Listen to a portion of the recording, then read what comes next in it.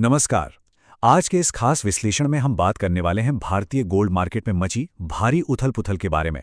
हाल ही में जो नाटकीय उतार-चढ़ाव देखे गए हैं, वो वाकई चौंकाने वाले हैं। आज हम सिर्फ ऊपरी बातें नहीं करेंगे, बल्कि गहराई में जाकर उन असली नीतियों और आंकड़ों को डिकोड करेंगे जो इस पूरे बाजार को नचा रहे हैं। तो चलिए बिना किसी देरी के शुरू करते हैं। आइए देखते हैं आज हम किन किन अहम मुद्दों पर चर्चा करेंगे। सबसे पहले बात होगी पीएम की गोल्ड अपील की। फिर समझेंगे इंपोर्ट ड्यूटी का ये 2 साल वाला साइकिल। उसके बाद स्मगलिंग और अकाउंट डेफिसिट की रस्साकशी को डीकोड करेंगे। आगे बढ़कर अमेरिकी रेट कट्स के असर को जानेंगे और आखिर में कुछ सजेस्टेड क्रिप्टो ट्रेडिंग टूल्स पर भी नजर डालेंगे। तो शुरुआत करते हैं हमारे पहले भाग से, the PM's gold appeal. Source data में 10 मई की एक बहुत ही दिलचस्प अपील का जिक्र है, जहां प्रधानमंत्री मोदी ने विदेशी मुद्रा बचाने के लिए देशवासियों से 1 साल तक सोना ना खरीदने का आग्रह किया था। अब ध्यान देने वाली बात यह है कि सोर्स ने इस बात को कैसे हाईलाइट किया है कि इस तरह के बयान रातों रात पूरे मार्केट का सेंटिमेंट बदल सकते हैं। ये बिल्कुल वैसा ही है जैसे किसी बड़े ग्लोबल लीडर के बयान से बाजार अचानक से हिल जाता है। और इसका सीधा असर दिखा भी। फ्यूचर मार्केट के ट्रेडर्स ने सोचा कि अब तो कीमतें गिरेंगी और उन्होंने जमकर गोल्ड शॉर्ट करना शुरू कर दिया। लेकिन फिर 13 मई को बाजार ने एक ऐसी पलटी मारी कि सब हैरान रह गए। घरेलू बाजार में सोने की कीमतों में अचानक 10 से 11 हजार रुपए का भारी उछाल आ गया। जिन्होंने मंदी की उम्मीद की थी, उन्हें एक बहुत बड़ा झटका लगा।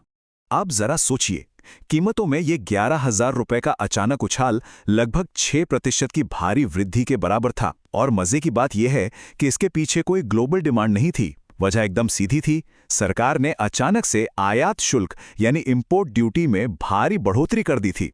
यहीं से हम आते हैं अपने दूसरे भाग पर, इंपोर्ट ड्यूटी का 2 ईयर साइकिल। अब ये समझना बहुत जरूरी है कि हाल ही में हुई ये ड्यूटी हाइक कोई इकलौती या अचानक हुई घटना नहीं है।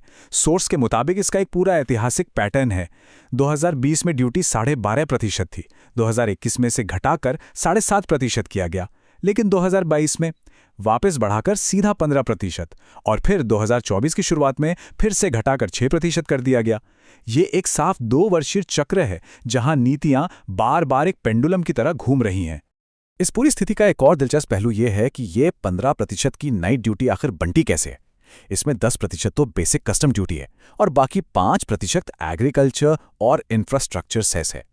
इस बढ़ोतरी का सीधा नतीजा यह हुआ कि घरेलू खरीदारों के लिए कीमतें तुरंत आसमान छूने लगी। लेकिन दूसरी तरफ उन निवेशकों की तो बैठे बिठाए लॉटरी लग गई जिन्होंने पहले से ही गोल्ड ETF में अपना पैसा लगाया हुआ था। अब बढ़ते हैं तीसरे भाग की तरफ, स्मगलिंग वर्सेस अकाउंट डेफिसिट। यहां एक मैक्रो इकोनॉमिक रस्साकशी चल रही है। खेल बड़ा सीधा है। जब ड्यूटी कम होती है तो तस्करों का मार्जिन घट जाता है और ब्लैक मार्केट की स्मगलिंग पर लगाम लगती है। लेकिन सिक्के का दूसरा पहलू यह है कि जब विदेशी मुद्रा तेजी से बाहर जाने लगती है और करंट अकाउंट डेफिसिट बेकाबू होने लगता है, तो सरकार के पास आयात कम करने के लिए ड्यूटी फिर से बढ़ाने के अलावा कोई चारा नहीं बचता। और स्मगलिंग की समस्या कितनी बड़ी है, जरा इस आंकड़े पर गौर कीजिए। 847 किलोग्राम। सोर्स के डेटा के मुताबिक सिर्फ अप्रैल से जून 2025 के महीनों के बीच भारतीय हवाई अड्डों पर इतना भारी मात्रा में सोना जब्त किया गया है। और सोचने वाली बात तो यह है कि यह सिर्फ वो सोना है जो पकड़ में आ गया। असली स्मगलिंग का पैमाना तो इससे कहीं ज्यादा बड़ा हो सकता है। अब इस तराजू के दूसरे पल्ले को देखते हैं। देश का इतना भारी भरकम आयात बिल वित्त वर्ष 2026 के लिए भारत के करंट अकाउंट डेफिसिट को $333 बिलियन के डराने वाले आंकड़े तक धकेल रहा है।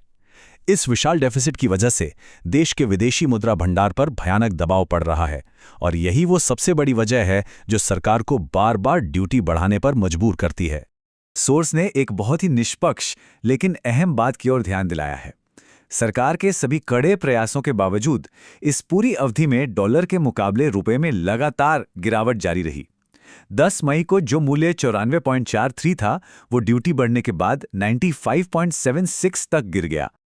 चलिए अब ग्लोबल तस्वीर देखते हैं हमारे चौथे भाग में, impact of US rate cuts. Source ने अमेरिका में हो रहे राजनीतिक बदलावों पर भी काफी विस्तार से बात की है।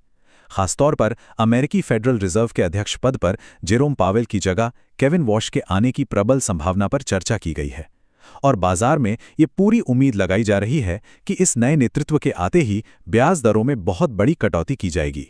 अब यहाँ जो बात सबसे ज्यादा दिलचस्प है वो है इसका पूरा इकोनॉमिक मैकेनिज्म। होता क्या है कि जब फेड ब्याज दरें घटाता है तो बैंक एफडी जैसी पारंपरिक बचत योजनाओं से मिलने वाला रिटर्न एकदम कम हो जाता है। इसका सीधा नतीजा ये निकलता है कि दुनिया भर का बड़ा पैसा यानी भारी कैपिटल गोल्ड और क्रिप्टो जैसे रिस्क वाले एसेट्स की तरफ भागने लगता है और यही चीज इनकी कीमतें बढ़ा देती है।